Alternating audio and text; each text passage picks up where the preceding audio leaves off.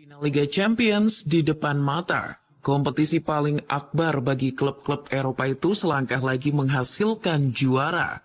Manchester City punya misi adiluhung untuk menggenapi trofinya musim ini menjadi 3. The Citizens juga mengemban misi mendapatkan trofi Liga Champions. Sebuah gelar prestisius yang sangat didambakan publik Etihad. Untuk itu mereka harus mengalahkan Internazionale di final. Memang banyak yang mengunggulkan Manchester City. Namun harus dicatat baik-baik, laga nanti adalah final Liga Champions. Dan Inter lebih senior daripada Manchester City. La Beneamata sudah pernah membawa pulang trofi itu, sedangkan The Citizens mengangkatnya saja belum. Jadi, mampukah Inter mempertahankan harga dirinya? Sebelum laga final nanti, Manchester City sedang dalam kepercayaan diri penuh. Pasukan Josep Guardiola baru saja mengalahkan rivalnya, Manchester United, dan memenangkan Piala FA. Manchester City juga sudah menyegel gelar Liga Inggris. Jelas, dengan menyabet gelar ketiga Liga Inggris beruntun dan 1 Piala FA, City berada di atas angin. Anak asuh Guardiola lebih dari siap untuk menghadapi Inter Milan. Lagi pula, The Citizens punya rekor lumayan apik ketika menghadapi tim-tim dari Italia. Sejak tahun 1976, Manchester City 16 kali bertemu tim Italia. Dari situ City memetik 6 kemenangan, 6 hasil imbang, dan hanya 4 kali berakhir kalah. Di final Liga Champions yang insya Allah akan diadakan di Istanbul nanti, City kian diunggulkan bukan hanya karena modal juara Liga Inggris dan Piala FA, tapi lantaran mereka juga belum terkalahkan di Liga Champions musim ini. Di fase grup saja, City memenangkan 4 dari 6 laga, sisanya berakhir imbang. Bahkan nih ya, klub yang sering disebut King Eropa saja gagal mengalahkan The Citizens. Tidak hanya itu, Bayern Munchen yang sudah ditukangi Thomas Tuchel, manajer yang pernah mengalahkan Guardiola di final, tak bisa membendung Manchester City. Catatan ini berkebalikan dengan Inter. Il Biscione sudah kalah 2 kali di Liga Champions musim ini. Kekalahan itu terjadi di fase grup dan pelakunya adalah Bayern Munchen. Jadi dalam hal ini Manchester City lebih baik. The Citizens juga punya kedalaman skuad yang kita tak perlu bahas panjang-panjang. Namun satu hal yang bisa memuluskan langkah City menyabet treble musim ini adalah evolusi taktik Josep Guardiola. Si gundul yang satu ini selalu punya cara untuk menang.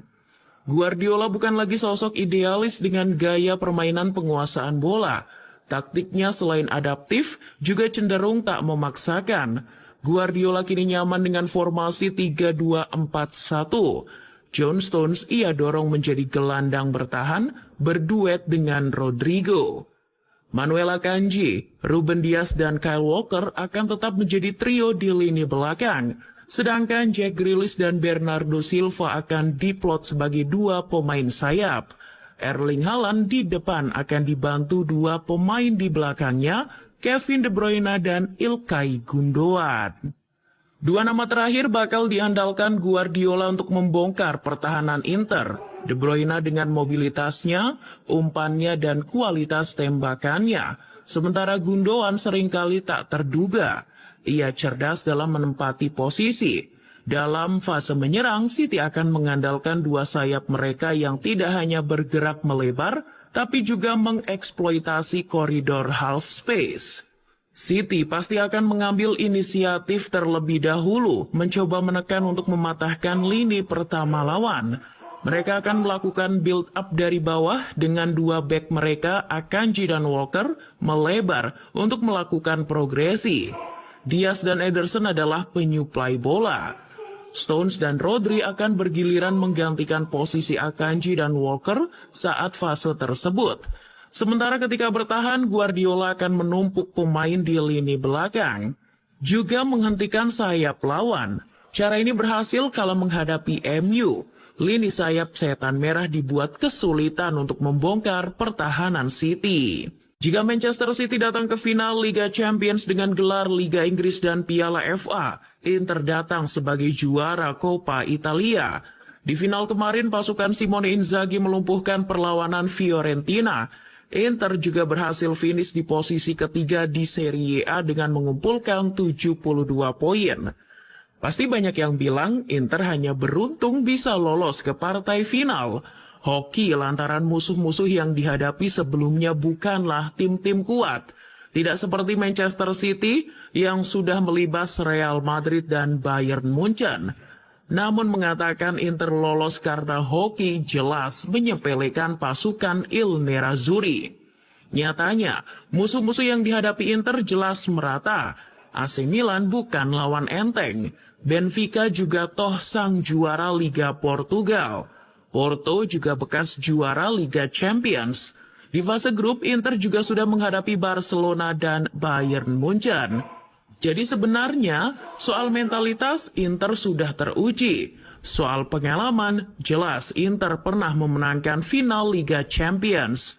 Inter juga pernah membumi hanguskan Barcelona saat masih dilatih Guardiola. Jadi, terburu-buru meremehkan La Beneamata itu nonsens. Inter juga boleh dibilang tim dengan pertahanan terbaik di Liga Champions musim ini. Inzaghi membuat timnya mencatatkan 8 kali clean sheets, satu angka lebih unggul dari Manchester City. Menilik catatannya melawan tim Inggris, Inter memang tidak istimewa. La Beneamata hanya bisa memenangkan 15 laga dan kalah 17 kali dari 38 pertemuan melawan tim Inggris. Namun dilansir Forbes, Inzaghi sendiri memiliki persentase 87,5% kemenangan di final piala apapun. Jika Guardiola sukses mengevolusi taktiknya, Inzaghi punya cara jitu untuk meredam serangan City yang cepat itu. Ia akan mengandalkan formasi 3-5-2 yang bisa berubah menjadi 5-3-2 saat bertahan. Inzaghi akan memasang trio Darmian, Acerbi, dan Bastoni yang sebelumnya bisa meredam perlawanan Milan. Lalu di bek sayap, Federico Di Marco dan Denzel Dumfries akan dipasang. Di tengah, Inter akan mengandalkan Hakan Calhanoglu, Mkhitaryan, dan Barella. Sedangkan di depan opsinya ada Lautaro Martinez, Edin Dzeko, atau Romelu Lukaku.